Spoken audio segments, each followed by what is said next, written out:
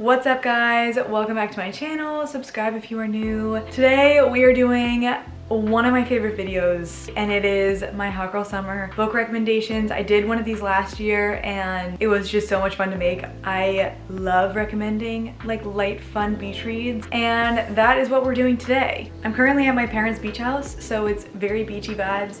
Got a little bit of sunburn and I'm wearing a little sundress. So we're thriving out here. Without further ado, here is the list of my 2022 Hot Girl Summer book recommendations. Starting off strong with Malibu Rising by Taylor Jenkins Reid. This one I feel like, if this cover doesn't just scream a summer read to you, I don't know what does. Like the light blue, it's a beautiful cover. I read this last summer and it is just such a fun summer read because you get a family dynamic.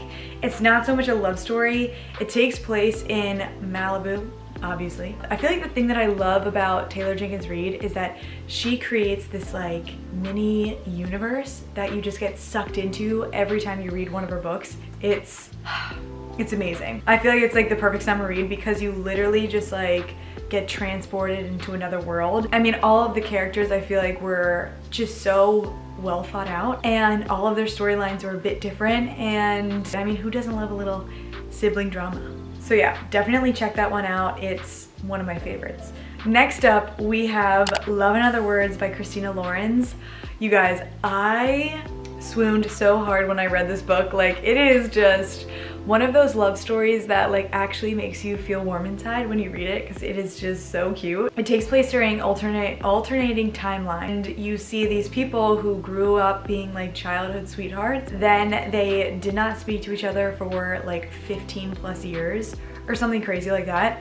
And then they randomly meet each other in a coffee shop and you see them like reconnect, and you also like at the same time we get to learn about like their love story when they were younger. Then you get to see why they didn't speak for so long. It's juicy. You just gotta read it. You just gotta read it because I'm not gonna give any more away. But I definitely, it's like probably one of my favorite new romance books that I've read. Okay, next up we've got another fun romance. It is 7 Days in June by Tia Williams. This one I would say is more of like a modern love story because you've got two authors. They again meet later in life, but this one is different because they met as teens. You kind of get like flashbacks of when they were teenagers and then they rehash kind of like that traumatic experience that they went through. But yeah, I thought the romance layer was great. I loved both of the characters. So One Italian Summer by Rebecca Searle is that how you say your last name? Searle? I don't know.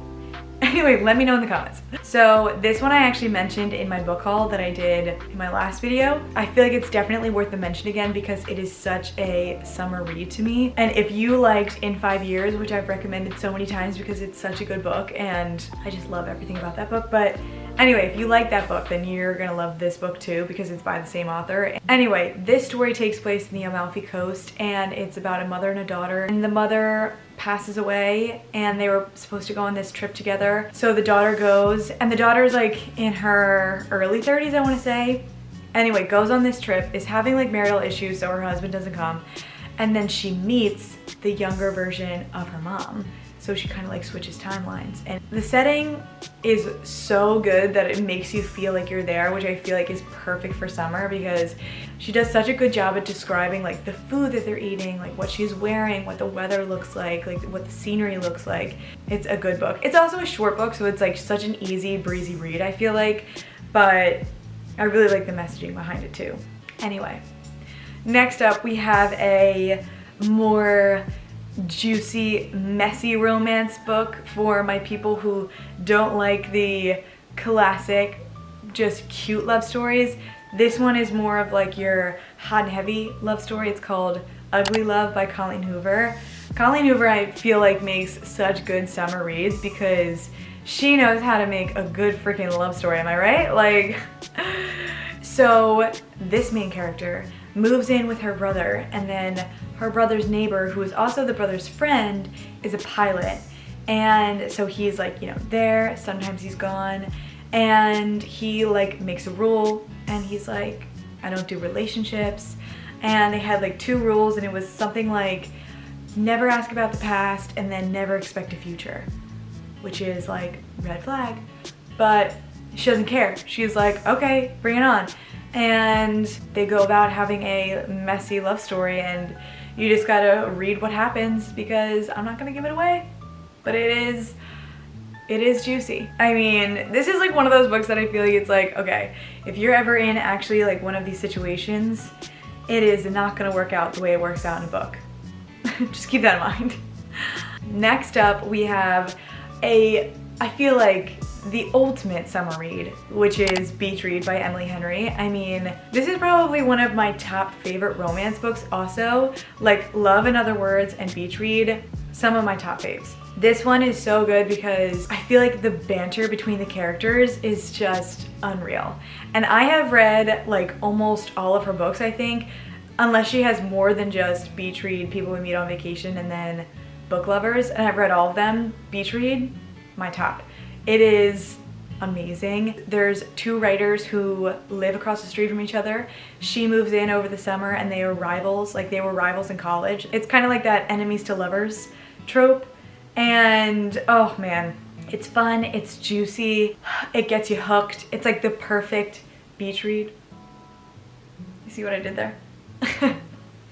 Okay, anyway, next up we have a little bit of a change of pace. It is The Guest List by Lucy Foley. This one, you guys, a wild ride. Like, this one, I feel like from the moment I started this book to the moment I finished, I was hooked. I was like, I need to know what happens at the end. And this one is more of a thriller. It takes place on a deserted island in Ireland. So it's kind of got that creepy vibe, and there's a wedding. Like, so everyone goes to this island because of this wedding, and someone gets murdered. And then you gotta figure, like, the characters are trying to figure out who did it and like what happened.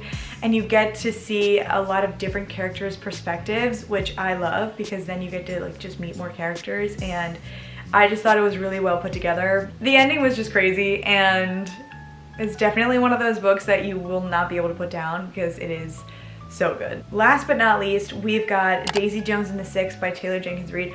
I feel like I had to mention this because they are making it into a Amazon series, I want to say. But man, I read this book in a day. Like, I was just hooked. I remember like just sitting outside like during quarantine, and I read this book like front to back in one night. It was that good. Like, I just had to find out like what happened, and I liked the writing style of this book. Like, I know a lot of people complained that it was because it's in interview style. It really gives off true Hollywood story vibes, which I used to devour those when I was younger. So that's kind of like what I imagined it to be like in my head. I'm excited to see like how they make it into a series or movie, whatever, but basically it's about this band who joins forces with the singer. I'm pretty sure the author wanted it to be like almost Fleetwood Mac in a way. I read that somewhere, I don't know if that's true. I'm gonna tell you guys something that I feel like I've mentioned before, but I literally, and I'm almost embarrassed to admit this, but I'm not, because it just shows how good the book was, that I thought this was a real band, because like she wrote out like songs for this book. So I was like, oh my god, like this is a real band because they have like real songs. And I googled it after I read the book because I didn't want to like spoil anything. It's not real. It's a fiction book, so yeah.